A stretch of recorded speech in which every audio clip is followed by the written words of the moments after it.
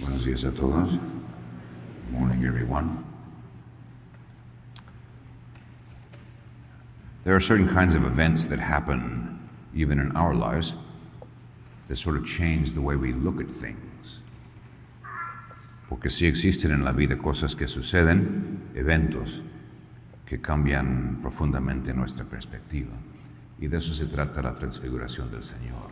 That's kind of what happens in the mystery of the Transfiguration. It is a great mystery, and so we should look at it not so much as something that is meant to give us a lesson, although it does, but something that we should look at and that we should try to enter into, ¿no? Cuando cuenta el Evangelio esto de la transfiguración, quieren compartir algo de la experiencia del evento que vivieron los discípulos, los tres. No tanto para darnos una lección, sino un recuerdo y una perspectiva que cambia todo. So to kind of illustrate this, I'd like to first start with a little story. If you drive up Highway 83, si toman la 83, ¿no? Y llegan past the construction in McAllen Highway and all the way to Rio Grande and all the way to Roma, and you keep going past Roma, siguiendo la carretera en 83, hasta después de Roma, Texas, llega a Zapata, Texas. You get to Zapata. Many of you have probably been through there on the way to Laredo. Maybe you even stopped. That's actually where my family comes from, because somos nosotros de Zapata. You'll see a very nice town, a very modern town now. It's a very modern situation. It's not very big, but I go there and I see a lot of things that I remember when I was a kid. You go through there, maybe you're not from there, you see just a few things, and que bonito, and there's a nice restaurant, a couple of them. Talk to me after, I'll tell you where they are. It wasn't always that way. Very few people remember anymore, but in 1954, the old town of Zapata and the old town of Guerrero Viejo, Tamaulipas, were moved so that Falcon Lake could be made. It was un acuerdo entre el gobierno de México y el gobierno de los Estados Unidos. Establecieron el lago de Falcón, la presa, y quedaron debajo del agua el pueblo viejo de Zapata y el pueblo viejo de Guerrero Viejo, Tamaulipas. They're under the water. It happened in 1954 before I was born. This was before I was born. But I remember very distinctly that my father, when I was about 11 years old, and it was during a drought, and so the lake was way down, he said, "Come with me." Mi papá me invitó. Vente conmigo, te quiero enseñar algo. I want to show you something. So he took me to the edge of what had been the lake, but now because it was so dry, it was land, and he just walked through there. When he did that, I just saw rocks and I saw maybe a few different things, but he saw something different because he saw the old town, ¿no? Es que mi papá quería llevarme para enseñarme lo que quedaba del pueblo viejo that he had grown up in. Y me enseñó, y yo nomás veía piedras y fundaciones, a vague sense of where maybe houses used to be, but he was pointing, no, allá estaba la casa de tus bisabuelos. Y allá la planta de agua, allá está el templo, donde quedaba el templo. This whole sense of what he saw. He saw all the things that he had remembered, and he wanted me to see it.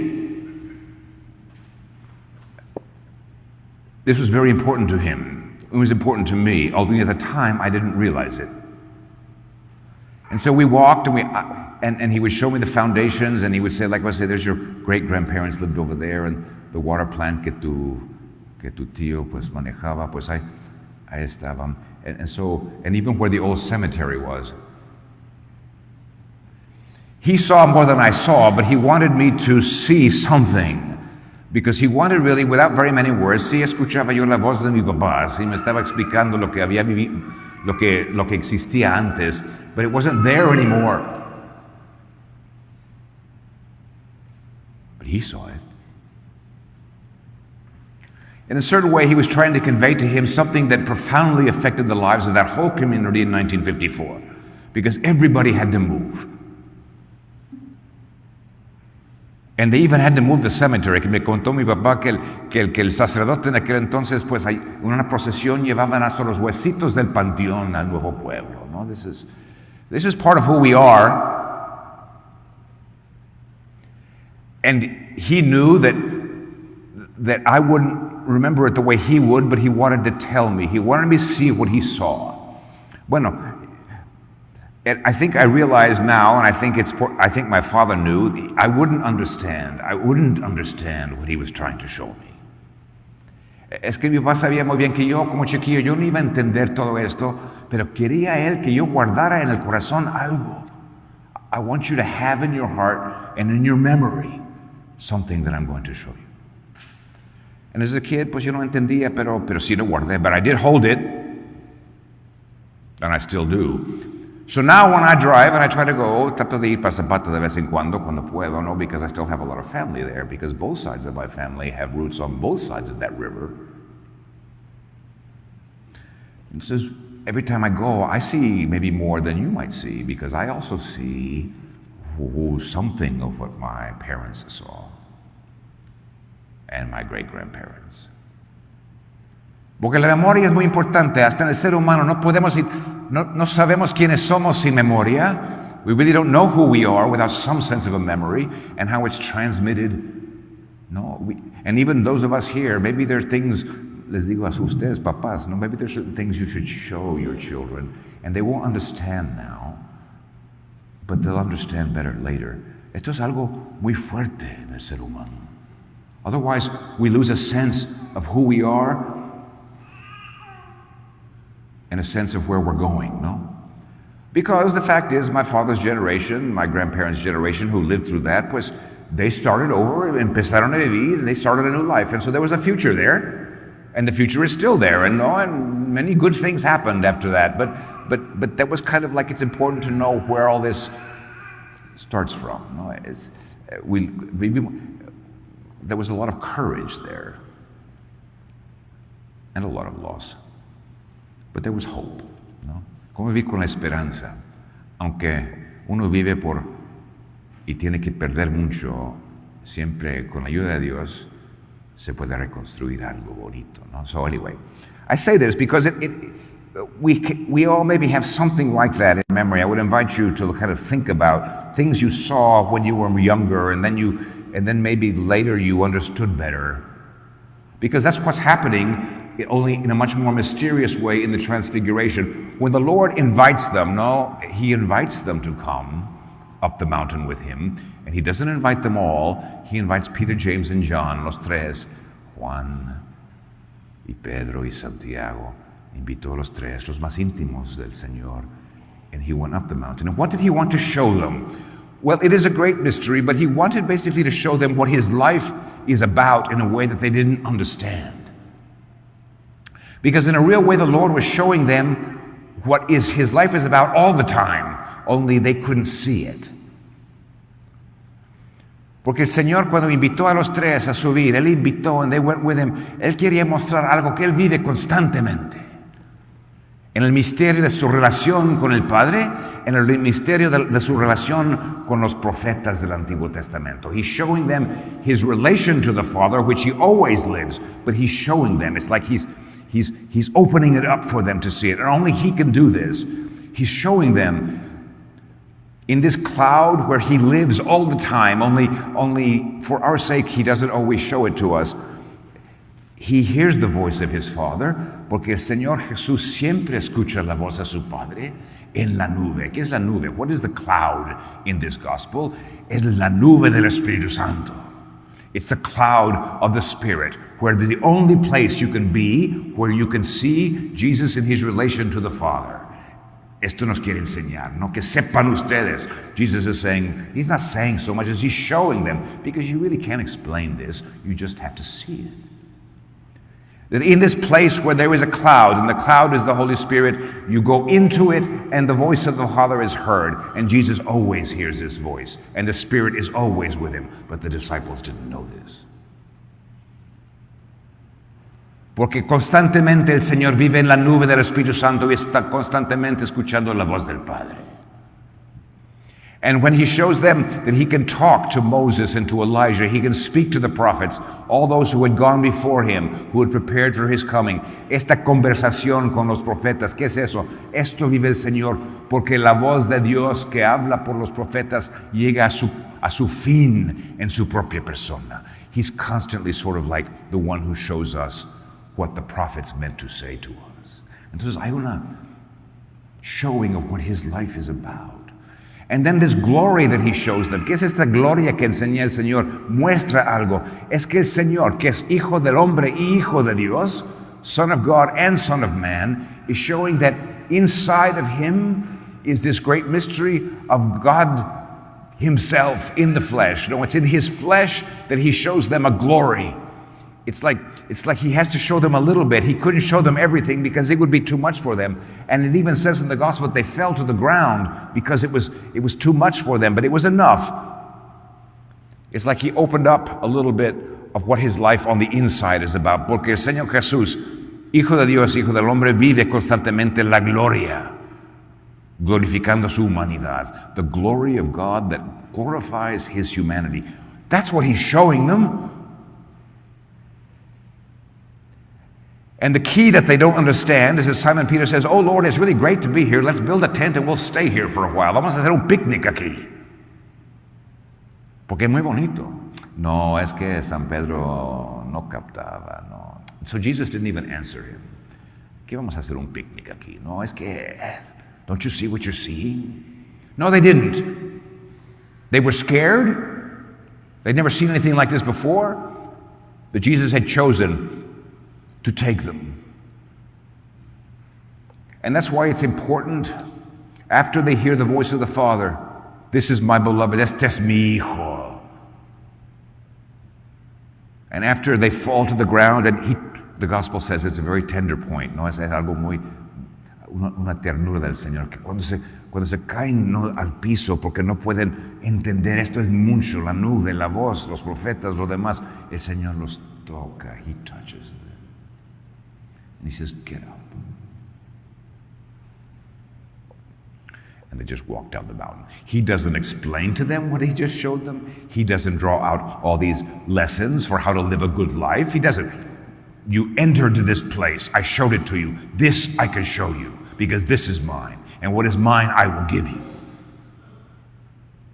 They don't get it. That's okay. No, it's muchas cosas que en esta vida que no entendemos hasta después.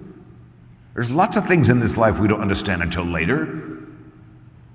Entonces el Señor no les da una explicación muy detallada sobre lo que significa todo esto. Es un evento. Entran al evento y luego los toca y luego bajan de la montaña. But he says something very important to them at the end. Because they don't know what they just saw. Algo muy importante que les dice al terminar esto. Porque realmente no saben lo que han visto, no entienden. Les dice, no les digan a nadie, don't tell anyone, because they won't understand either. Until after I have risen from the dead. No les digan a nadie hasta que después de la resurrección del Hijo del Hombre. What he's saying is, hold this in your heart. Les está diciendo, guarden esto en sus corazones. No entienden ahorita y está bien. No van a entender hasta después de la cruz y después de la resurrección. Y van a empezar a entender. You will understand more after. But you have to live first. You have to follow me first. Me tienen que seguir. Tienen ustedes que vivir más. Y viviendo con tiempo después de la resurrección, entenderán. So what he's asking of them, and sometimes he asks it of us, be patient. You don't have to understand everything of the mystery of God at one step. No es necesario un solo golpe entender todo el misterio de Dios. Es un paso. And sometimes we have to live it, and then we think it, or we understand it, or we love it more. Entonces es un camino. Understanding it completely is not the most important thing in life, no? What's important is that they took to heart, they kept it in their heart what they had seen. And they continued to walk with him. And they did not understand what he meant, he must rise from the dead, because he had spoken to them of his passion, he had spoken to them of his cross, and they didn't understand that either. Esto de la resurrección entre los muertos, no entendían eso, no captaban cuando el Señor hablaba de la cruz, que el Hijo del Hombre tiene que sufrir, pero tampoco lo entienden. Está bien, síganme, that's okay. Just stay with me. I mean, really, so much of this event is about Jesus giving them some idea, something to hold in their hearts so that they would stay with him. Because it's going to be very, very hard.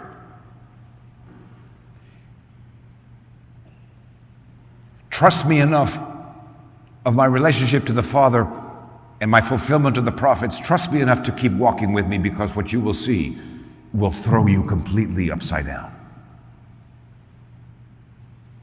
In a certain way, he's pleading with him. No me dejen. Do not leave me, for I must do this. And what he's leading to ultimately is the mystery, yes, the mystery of the resurrection, which is what will enlighten their minds. Dice, después de la resurrección van a entender, y luego pueden decir, then you can speak of it. Then you can speak of it. That's why we have it in the gospel, because they spoke of it after. They did not write this down while they were there. Es que no escribieron lo que pasó en ese momento hasta después.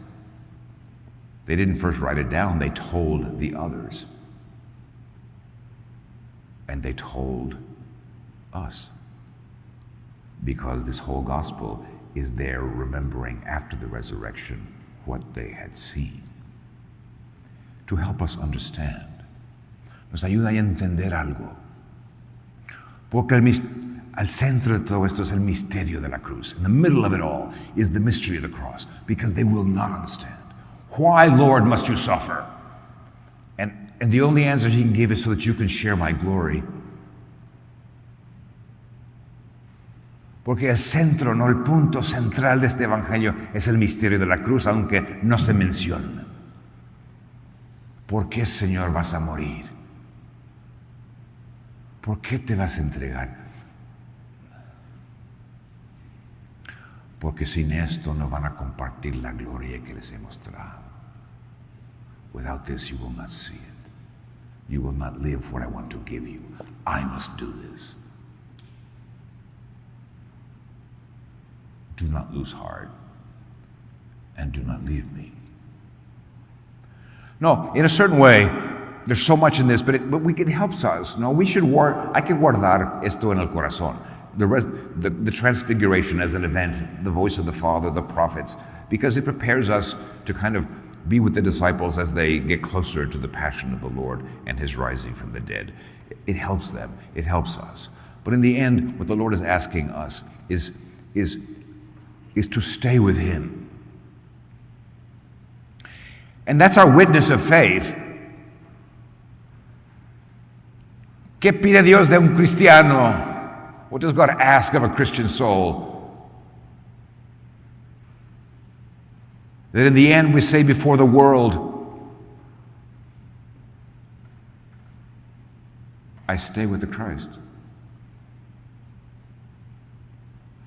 ¿Qué nos pide el Señor Dios delante del mundo? Que digamos, yo me quedo con el Cristo, aunque crucificado. Este es el testimonio. This is our witness. Whatever else we may want to do and can do for the extension of the kingdom and for living our Christian lives, a fin de cuentas, quédense conmigo, porque el mundo se va a burlar de mí. Stay with me, because the world will mock me. And you will not know why. But I do it for love's sake. That's our witness, especially in difficult times when the world seems to laugh at anything a Christian says. En este mundo, cuando el mundo también sigue burlándose del cristiano, sino tanto del Cristo, pero también del Cristo, nos pide, el Señor Dios, quédense conmigo. Y les voy a enseñar algo mucho mejor. I will show you something much greater. Hold this. Remember. And keep following me all the way. You will not understand, but you will see my love, and you will see my glory, and it will be shared with you. For this I desire for the whole world to share, and for this I have come. It's a glimpse. It's a showing. It's also a call to witness, and it's a call to love. To love Him,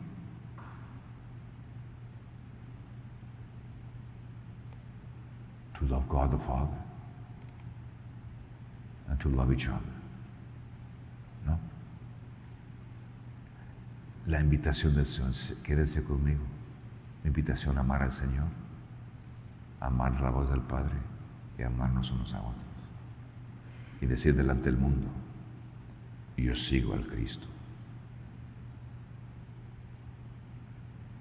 That we say to the world, who am I? Yo sigo el Cristo. I follow the Christ. That's who I am. That's who we are. That's where we come from. And that's where we're going.